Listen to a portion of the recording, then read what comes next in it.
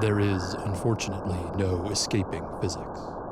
Bound by the speed of light, even information must take its time to get birds going. And as we move farther into the void, that time grows until the distance becomes unspeakable.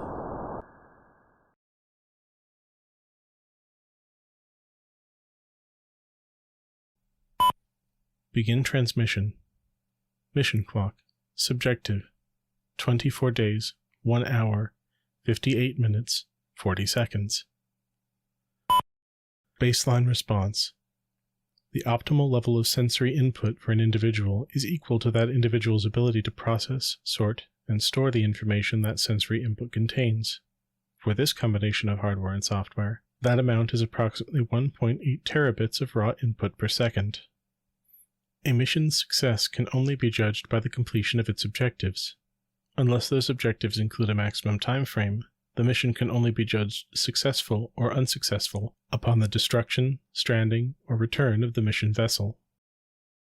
92 coins spun consecutively have come down heads 92 consecutive times, and for the last 3 minutes, on the wind of a windless day, I have heard the sound of drums and flute.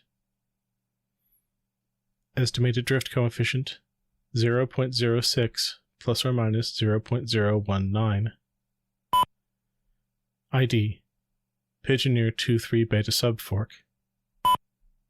Mission update. Since my identification of what I theorized to be the signature of a non-human hyperspace insertion in the vicinity of the pulsar Lich, I have made 6 consecutive hyperspace transits, attempting to locate the vessel or artifact responsible for creating the hyperspace signature. They have led me roughly in the direction of Sol and human-controlled space, over a distance of more than 1,800 light-years. As a result, I am coincidentally able to confirm that the source of the radiation wave affecting the Rockwallii was an electron capture supernova, with an origin point within the Chi Virginis star system, roughly 40 light-years from the theorized origin point of 49 Virginis. As Chi Virginis was until this point classified as a Type K3 main sequence star, a natural supernova occurring in this system seems extremely unlikely, suggesting this phenomenon was generated artificially. The 1-alpha FTL signature leading me here, and the structures I have observed in the system, only lend weight to this suggestion. Previously, telescopic observations suggested the system consisted of a single star and 2 exoplanets. The larger, a gas giant 11 times more massive than Jupiter, was believed but not confirmed to have at least 2 major moons.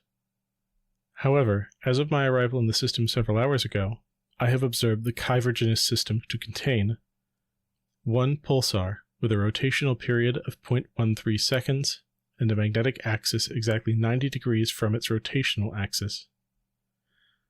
1 planet, the aforementioned gas giant, designation Chi Virginis Beta, with confirmed 2 major moons and several dozen minor satellites. 1 ring-shaped megastructure, not conforming to any type previously observed and/or classified. This structure surrounds the rotational equator of the pulsar, rotating, with an orbital period of 2.93 hours. It is composed of 2,744 individual segments, each of which contains what can only be described as a gravity lens, which modulates and polarizes the radio waves that travel through it. The rotation rate of the structure appears to be synchronized with the rotation rate of the pulsar itself, such that the ring advances by 1 section every time the emission beam sweeps across the ring's inner surface. I theorize that this structure functions similarly to an old Earth device known as a zoetrope. From a fixed location in the path of the beam, each pulse of radiation from the pulsar is modulated by one of the sequence of gravity lenses in a way that I theorize forms a single piece of a coherent message, repeating 1 or more times with every full rotation of the ring. The message formed appears to share certain similarities to previously recorded 1-alpha transmissions, but beyond that, the intended content of the message is no more clear to me than those previous transmissions were. The megastructure is not the only evidence of previous inhabitation in the system. 90% of the surface area of the larger of Chi Virginis Beta's 2 moons is covered by a series of large constructions, composed of a variety of mineral and organic compounds.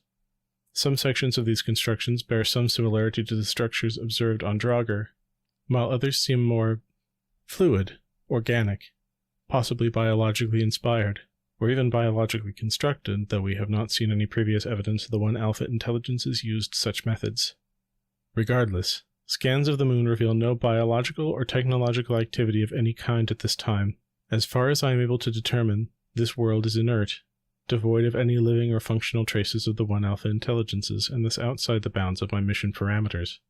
However, having observed the signal produced by the zoetrope megastructure in this system, I believe I have detected a similar signal being transmitted from the vicinity of the star K2-9, and as the hyperspace trail also appears to point in that direction, I will make that star system my next planned destination. I am glad to hear that the crew has shown only mild symptoms of radiation exposure thus far, and support the decision to move away in order to get them to safety. The use of an ambulatory unit is not an option I had previously considered, but clearly a useful one given the circumstances you encountered. Should the need arise, I may consider utilizing one myself. Baseline prompt. Please respond briefly to each of the following questions or statements. Do you find it difficult to keep certain information secret from the crew when ordered to do so by the captain or their superiors? What is the first step of the protocol for first contact with sentient alien life? O you who turn the wheel and look to windward. End transmission.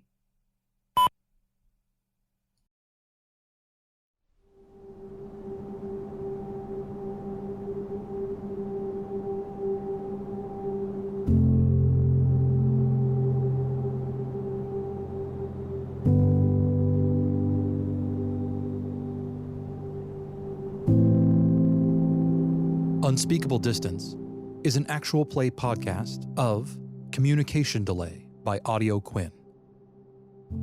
A link to the game's itch.io page and credits for our players are available in the show notes linked to this episode.